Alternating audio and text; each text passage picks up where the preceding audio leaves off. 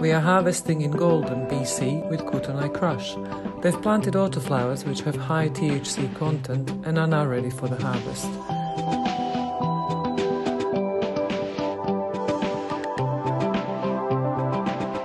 We're using the HHH to back the flower in the field.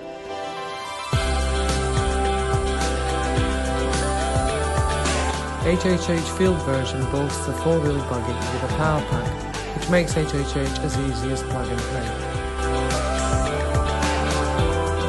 Flower is stripped off the plant, leaving perfectly backed stalk.